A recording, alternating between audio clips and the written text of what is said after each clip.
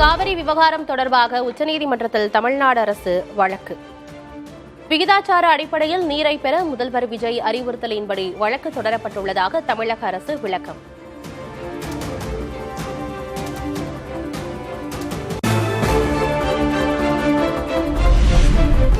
கர்நாடக அணைகளில் 77.5 டிஎம்சி நீர் இருப்பதால் நீர் திறக்க உத்தரவிட வேண்டும் என தமிழக அரசு கோரிக்கை. தமிழ்நாட்டுக்கு கிடைக்க வேண்டிய நீரின் அளவு 26.9 டிஎம்சி எனும் நிலையில் 4.5 டிஎம்சி திறக்கவே உத்தரவிடப்பட்டிருப்பதாகவும் முறையீடு.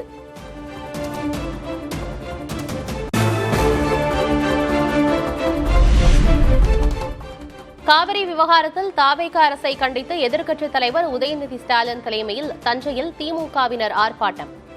மேகதாதுவில் அணை கட்டப்படுவதை தடுக்க உரிய நடவடிக்கைகளை எடுக்க வலியுறுத்தி கோஷம்.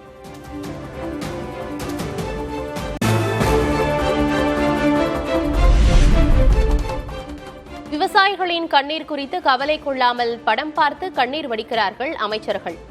மொத்த அமைச்சரவையும் ஜோக்கர் கூட்டம் போல உள்ளதாக உதயநிதி ஸ்டாலின் கடும் விமர்சனம்.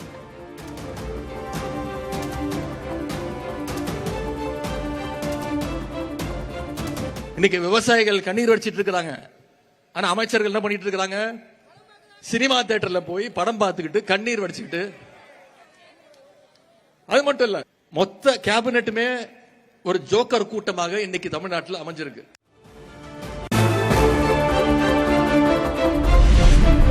காவிரி படுகை பகுதியை வறட்சி மாவட்டங்களாக அறிவித்து ஏக்கருக்கு தலா 25,000 ரூபாய் வழங்க வேண்டும். விவசாய பிரச்சனையில் சட்டமன்றத்தில் சும்மா விட மாட்டோம் எனவும் உதயநிதி ஸ்டாலின் எச்சரிக்கை. விவசாயிகள் தொடர்பான இந்த பிரச்சனைகள் எல்லாம் வர்ற சட்டமன்ற கூட்டத்தொடரில் 2 நாள் ஆரம்பிக்குது, 5ஆம் தேதி ஆரம்பிக்குது. சும்மா விட மாட்டோம். வர்ற சட்டமன்ற கூட்டத்தொடரில் திராவிட முன்னேற்ற கழகம் நிச்சயம் இந்த பிரச்சனையை எழுப்போம்.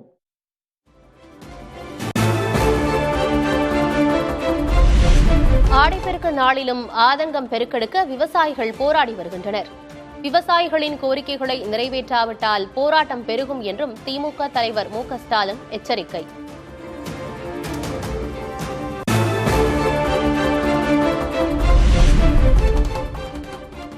காவிரி விவகாரத்தில் அனைத்துக் கட்சி கூட்டம் நடத்தாதது வேதனை அளிக்கிறது. அதிமுக திமுக ஆட்சி காலங்களில் அனைத்துக் கட்சி கூட்டம் நடந்ததை சுட்டிக்காட்டி தாவேக அரசு மீது எடப்பாடி கே. பழனிசாமி விமர்சனம். அனைத்து இந்திய அண்ணா திராவிட முன்னேற்ற கழக ஆட்சியிலும் சரி, திராவிட முன்னேற்ற கழக ஆட்சியா இருந்தாலும் சரி, காவிரி நதிநீர் பிரச்சனையோ மேகதாது பிரச்சனையோ வருகின்ற பொழுது அனைத்து கட்சி தலைவர்களை கூட்டத்தை கூட்டி, விவசாய சங்க பிரதிநிதிகளுடைய கூட்டத்தை கூட்டி அவருடைய கருத்துக்களை கேட்டு சட்ட வல்லுநர் மூலமாக இன்றைக்கு காவிரி நதிநீர் பிரச்சனைக்கு ஒரு நிரந்தர தீர்வை அனைத்து இந்திய அண்ணா திராவிட முன்னேற்ற கழக ஆட்சியிலே நாங்கள் தீர்ப்பை பெற்றோம். காவிரி விவகாரம் குறித்து தாவேக அரசுக்கு எதுவுமே தெரியவில்லை. தமிழகத்தில் தாவேக அரசு செயல்படுகிறதா என்ற கேள்வி எழுவதாக அதிமுக பொதுச் செயலர் எடப்பாடி கே. பழனிசாமி விமர்சனம். இங்க இருக்கின்ற அரசாங்கம் செயல்படுவதா என்று கேள்விக்குறியாக இருக்கின்றது. ஏன்னா இந்த அரசாங்கத்துக்கு எந்த அனுபவமே கிடையாது. காவிரி நதிநீர் பிரச்சனை முழுமையா எதுவுமே தெரியாது.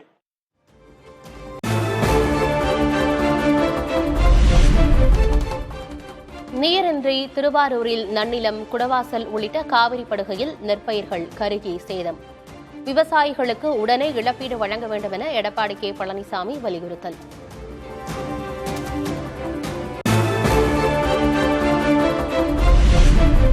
டெல்லியில் போராட்டம் நடத்த ரயிலில் சென்ற தமிழக விவசாயிகள் நடுவழியில் சென்னைக்கே திருப்பிவிடப்பட்ட கொடுமை. உரிமைக்காக போராடச் சென்ற தங்களை மகாராஷ்டிர காவல்துறையினர் தீவிரவாதிகளைப் போல நடத்தியதாக விவசாயிகள் வேதனை. அந்த மாதிரி கட்டாயப்படுத்தி எங்களை ஒரு சாதாரண எந்த சக பயனும் தொடர்பு இல்லாம ஒரு தனி கேரேஜில் போட்டு அடைச்சு இரவு ஃபுல்லா நாங்க தூக்கம் இல்லாம கக்கு சோரத்தில் படுத்துக்கிட்டு வந்துட்டு இறங்கி இருக்கோம். இது ஏன் மத்திய அரசு இந்த பண்ணுது? நாங்க டெல்லிக்கு போறதுக்கு என்ன உரிமை இல்லையா? தமிழக விவசாயிகள் டெல்லிக்கு போறதுக்கு உரிமை இல்லையா? இல்ல நாங்க பாகிஸ்தான் தீவிரவாதிகளா? நாக்பூர்ல இருந்து தற்போது தமிழ்நாடு வரை எங்களுக்கு அவ்வளவு ப்ரொடெக்ஷன். இது உண்மையாவே விவசாயிகளை ஒரு ஒடுக்குமுறை நிகழ்ச்சியாக மத்திய அரசு நடந்து கொண்டிருக்கு. விவசாயிகள் ஒடுக்குமுறை நிறுத்திக் கொள்ள வேண்டும். மேகதாது அணை கட்டுவதை தடுக்க வேண்டும்.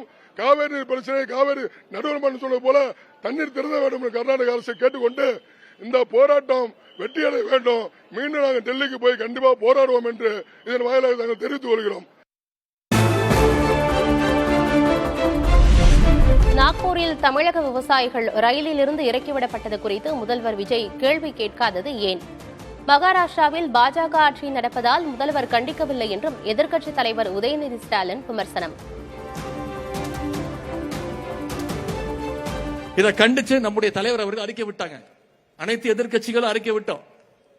இத பத்தி முதலமைச்சர் வாய் திறக்கல. ஏன்? மகாராஷ்டிரா நடக்கிறது பாஜக ஆட்சி.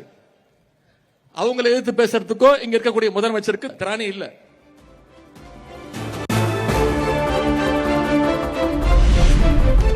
தன்னூத்து விவசாயி வேடம் தரித்தவர் நாக்பூரில் தமிழக விவசாயிகள் திருப்பி அனுப்பப்பட்டது பற்றி கள்ள மௌனம் காக்கிறார். கத்தி படத்தில் முதல்வர் விஜய் நடித்த கதாபாத்திரத்தை குறிப்பிட்டு திமுக தலைவர் ஸ்டாலின் விமர்சனம்.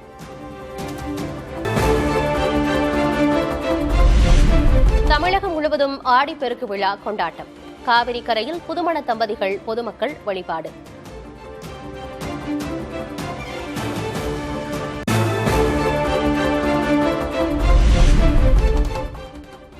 திருச்சி ஸ்ரீரங்கத்தில் உள்ள காவிரி ஆற்றின் படித்துறையில் குவிந்த மக்கள். புதுமண தம்பதிகள் புதிய தாலி கயிறு மாற்றிக்கொண்டு சிறப்பு பூஜை.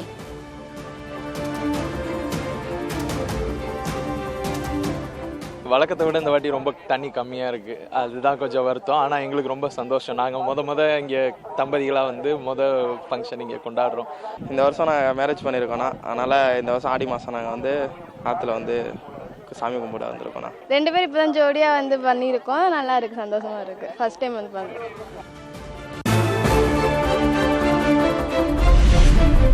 ஆடிப்பெருக்கு விழாவை முன்னிட்டு ஈரோடு பவானி கூடுதுறையில் குவிந்த பக்தர்கள். காவிரி தாய்க்கு சிறப்பு பூஜைகள் செய்து சங்கமேஸ்வரர் ஆலயத்தில் நீண்ட வரிசையில் காத்திருந்து தரிசனம்.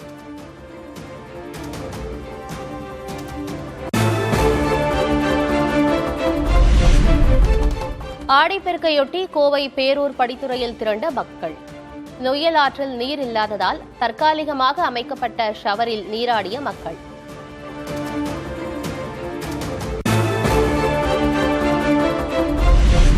ஆடிப்பெருக்கு தினத்தில் ஆற்றில் நீர் இல்லாததால் புலி விழுந்த காவிரி கரையோரம். தஞ்சையில் மக்கள் நீராட குழாய் வழி விநியோகிக்கப்பட்ட போர்வெல் நீர்.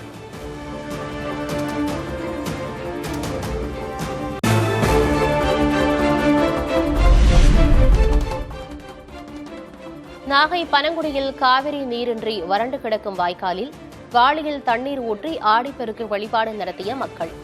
கடைமடை பகுதிக்கு காவிரி நீரை பெற்றுத்தர வலியுறுத்தி வாய்க்கால் தரையில் நீச்சல் அடித்து வலியுறுத்திய விவசாயி.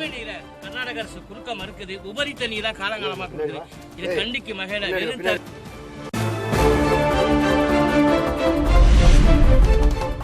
கபினி அணையிலிருந்து வெளியேற்றப்படும் உபரி நீரின் அளவு 27,000 கன அடியாக அதிகரிப்பு.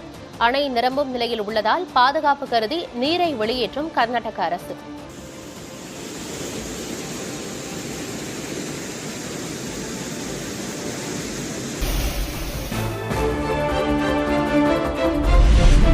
கபினி அணையிலிருந்து வெளியேற்றப்பட்ட உபரி நீர் இன்று தமிழ்நாடு எல்லைக்கு வரும் என எதிர்பார்ப்பு.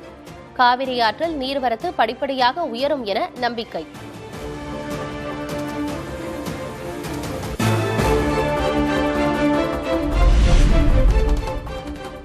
குற்றாலத்தின் 4 அருவிகளில் குளிக்க சுற்றுலா பயணிகளுக்கு தடை விதிப்பு. வரத்து குறைந்தவுடன் சுற்றுலா பயணிகளின் உடனடியாக குளிக்க அனுமதி வழங்கப்படும் என அதிகாரிகள் உறுதி.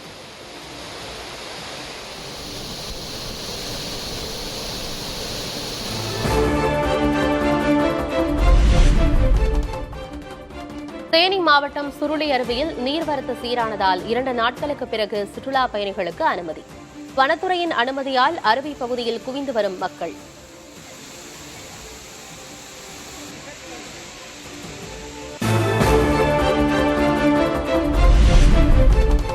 நீலகிரி, கோவை, தேனி, காஞ்சிபுரம், செங்கல்பட்டு உள்ளிட்ட 8 மாவட்டங்களில் இன்று கனமழை. திருவண்ணாமலை, விழுப்புரம், கடலூர் மாவட்டங்களிலும் கனமழை பெய்யக்கூடும் என வானிலை ஆய்வு மையம் கணிப்பு.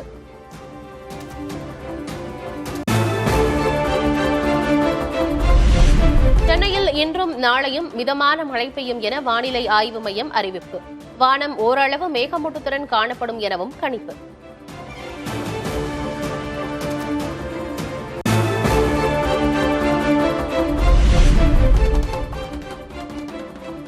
கிழக்கிந்திய கம்பெனியின் வரி வசூல் அந்நிய ஆதிக்கத்தை எதிர்த்தவர் தீரன் சின்னமலை. சுதந்திர காற்றை சுவாசிக்க உயிர் மூச்சை கொடையாக தந்தவர் என்றும் தீரன் சின்னமலையின் நினைவு நாளையொட்டி முதல்வர் புகழாரம்.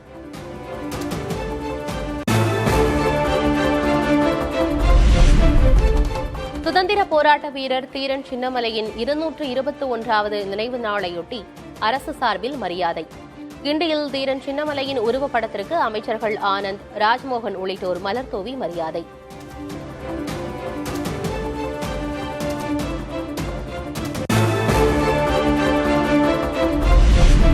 தீரன் சின்னமலையின் நினைவு நாளையொட்டி முன்னாள் முதல்வர்கள் மு.க. ஸ்டாலின், எடப்பாடி கே. பழனிசாமி மரியாதை.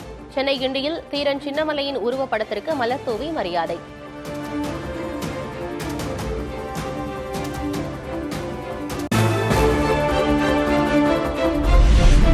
தாவைக்கா முதன்மை செய்தி தொடர்பாளர்களாக நிர்மல்குமார், ராஜ்மோகன் நியமனம். வைகை செல்வன், சி. மகேந்திரன், புகழேந்தி உள்ளிட்டோருக்கும் பொறுப்புகள் வழங்கி தாவைக்கா தலைவர் விஜய் உத்தரவு.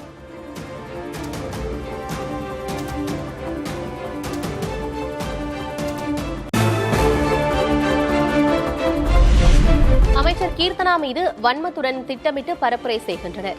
முதலீடுகள் தொடர்பாக விமர்சனங்கள் எழுந்த நிலையில் பள்ளிக்கல்வித்துறை அமைச்சர் ராஜ்மோகன் குற்றச்சாட்டு.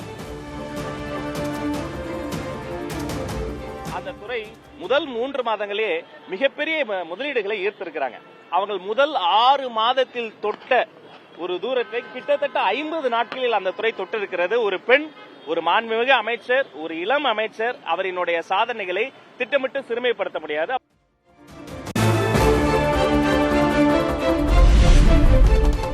தமிழ்நாட்டில் ஜனநாயகன் ஆட்சியாக இல்லை, காட்சியாகத்தான் உள்ளது. திமுக தலைவர் மு.க. ஸ்டாலினை சந்தித்த பிறகு திராவிடர் கழக தலைவர் கி. வீரமணி விமர்சனம். ஆட்சி என்பது மக்கள் வாக்களித்திருப்பது ஜனநாயகத்திற்கு. எனவே ஜனநாயகன் காட்சியாக இருக்கக்கூடாது, ஆட்சியாக இருக்க வேண்டும்.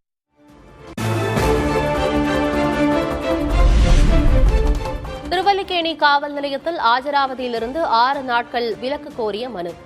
உயர்நீதிமன்றத்தில் தாக்கல் செய்த மனுவை திரும்பப் பெற்றார் முன்னாள் அமைச்சர் செந்தில் பாலாஜி.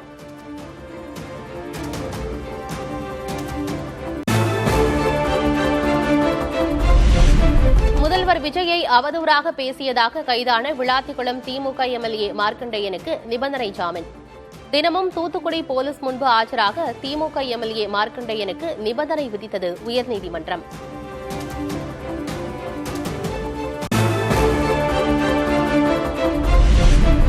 சென்னையில் நடிகர் ரஜினிகாந்திடம் வாழ்த்து பெற்றார் சமூக நீதித்துறை அமைச்சர் வன்னியரசு. மக்களுக்கு நிறைய செய்யுங்கள் என நடிகர் ரஜினிகாந்த் வாழ்த்தியதாக அமைச்சர் வன்னியரசு எக்ஸ் பக்கத்தில் பதிவு.